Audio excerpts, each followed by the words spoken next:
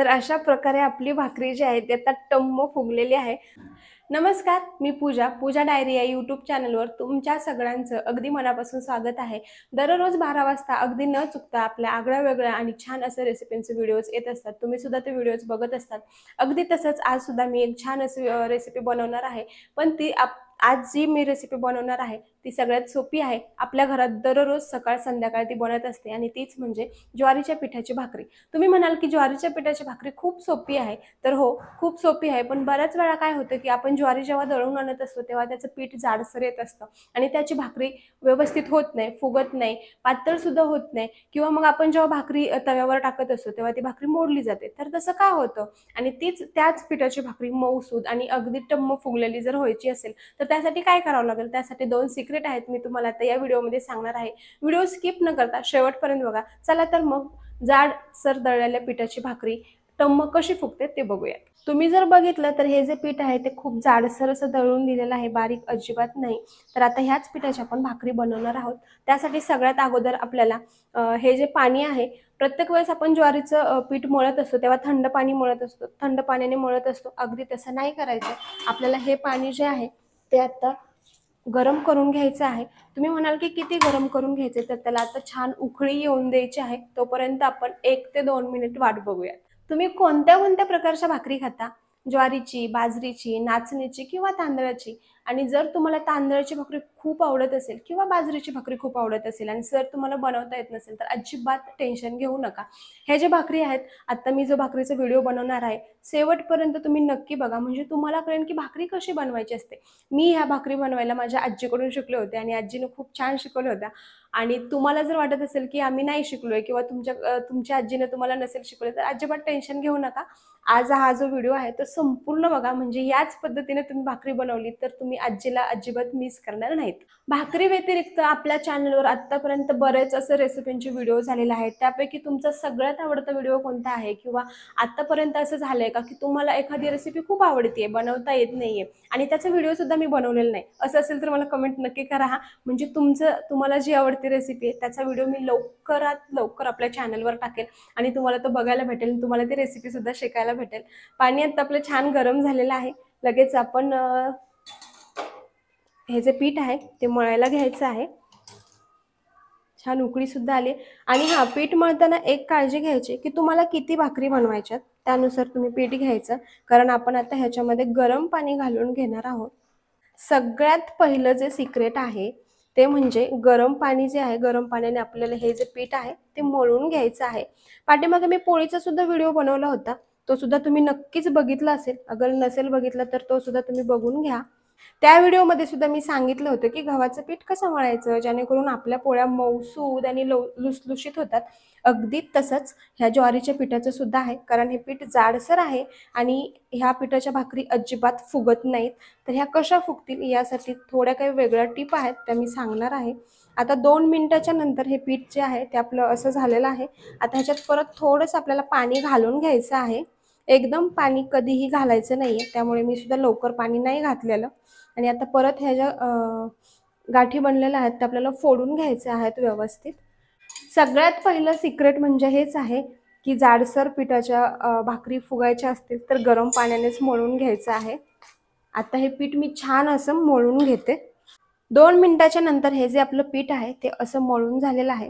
ह्याच्यात आता आपल्याला थंड पाणी घालून पीठ मळायचं आहे। थंड पाणी घालताना सुद्धा एकदम पाणी घालायचं नाही, कारण मगाशी जर तुम्ही बघितलं असेल तर आपण गरम पाणी बरंच घातलं होतं, त्यामुळे एकदम पाणी घातलं की आपलं पीठ जे आहे ते पातळ होतं आणि मग आपण हे जे कोरडं पीठ आहे ते नवीन घालू शकत नाही, कारण आपण पहिलं पीठ होतं ते गरम पाण्यात घातलं होतं। त्यामुळे पाणी घालताना थोडासा विचार करा। आता परत थोडं पाणी घालून मी व्यवस्थित मळून घेते। आपलं हे जे पीठ आहे ते आता असं मळून झालेलं आहे। आता एका भाकरीपुरतं आपण ह्याच्यातून पीठ काढून घेणार आहोत। तुम्हाला हा प्रश्न पडला असेल की गरम पाणी का घालायचं? तर गरम पाण्यामुळे ह्या पिठाला छान चिकटपणा येतो। आपण मोदक बनवताना तांदळाचं जे पीठ असतं ते सुद्धा असंच असतं जाडसर, त्याला सुद्धा चिकट होण्यासाठी आपण उकळलेलं पाणी घालतो। अगदी तसंच ह्याला सुद्धा हे गरम पाणी घालायचं जेणेकरून पिठाला अगदी चिकटपणा येईल आणि आपली भाकरी छान फुगेल सुद्धा। आता हे जे पीठ आहे ते मी परत थोडंसं पाणी टाकून मळून घेते। जास्त वेळ नाही, फक्त 10 ते 15 सेकंद। आता हे जे पीठ आपलं आहे ते छान मळून झालेलं आहे. लगेच आता आपण ह्याची भाकरी करायला घ्यायची.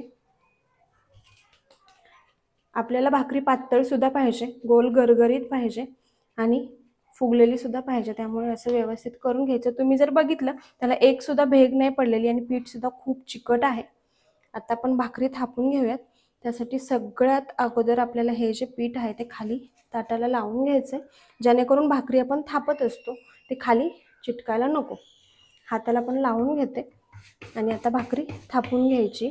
भाकरी थापत असताना एक गोष्ट लक्षात ठेवा की हलक्या हाताने थापून घ्यायची, जेणेकरून खाली चिटकली नाही जाणार आणि व्यवस्थित फिरली सुद्धा जाते. आता आपण ही दोन्ही हाताने थापून घ्यायची, कारण आपल्या सगळ्यांना वाटत असतं की भाकरी टम्म फुगायला पाहिजे.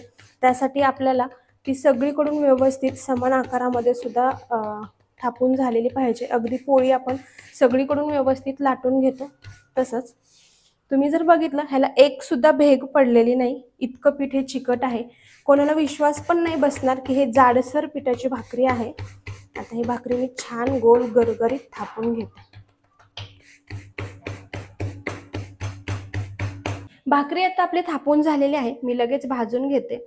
बऱ्याच वेळा काय होतं की जाडसर पिठाची जी भाकरी असते ते आपण जेव्हा तव्यावर टाकतो तेव्हा असं हातावर घेतली की लगेच तुटते. पण आता जर तुम्ही बघितलं असेल 5 ते 10 सेकंद ती आरामात हातावर होते, अजिबात तुटली नाही. आता आपण ह्या भाकरी फुगण्याचे सुद्धा एक सिक्रेट आहे आणि ते म्हणजे भाकरी टाकल्या लगेच आपण त्याला पाणी लावून घ्यायचं नाही. 5-10 सेकंद थांबायचं, त्यानंतरच आपण त्याला पाणी लावून घ्यायचं आहे. आणि पाणी लावून झालं की लगेच पलटी सुद्धा करायची नाही, तर ते पाणी सगळं जे आहे ते जिरून द्यायचं, त्याच्यातून चांगली वाफ येऊ द्यायची आणि नंतरच ती पलटी करून घ्यायची, तरच तुमची भाकरी फुगणार आहे. नाहीतर भाकरी अजिबात फुगत नाही. पाणी लावत असताना सुद्धा आपण काय करतो की भाकरीला पाणी लावत असताना हाताला भाजतं म्हणून अगदी मध्येच पाणी लावतो, कडेला लावत नाही. तसं सुद्धा करू नका. सगळीकडून त्याला व्यवस्थित पाणी लावून घ्या. आता ही जी भाकरी आहे ती मी पलटून घेते. मस्त भाजली आहे. तर अशा प्रकारे आपली भाकरी जी आहे ती आता टम्म फुगलेली आहे. तुम्ही बघू शकता किती छान फुगलेली आहे. विश्वास पण बसत नाहीये की एवढ्या जाडसर पिठाची ही भाकरी आणि इतकी टम्म अशी फुगलेली आहे. मस्त झालेली आहे. तर अशा प्रकारे जाडसर पिठाच्या टम्म फुगणाऱ्या भाकरी आपल्या तयार आहेत. ह्या सगळ्या टिप वापरून तुम्ही सुद्धा ह्या भाकरी बनवा. तुमच्या सुद्धा भाकरी नक्की टम्म फुगतील. चला तर मग भेटूयात अशाच नवीन वेगवेगळ्या व्हिडिओजमध्ये.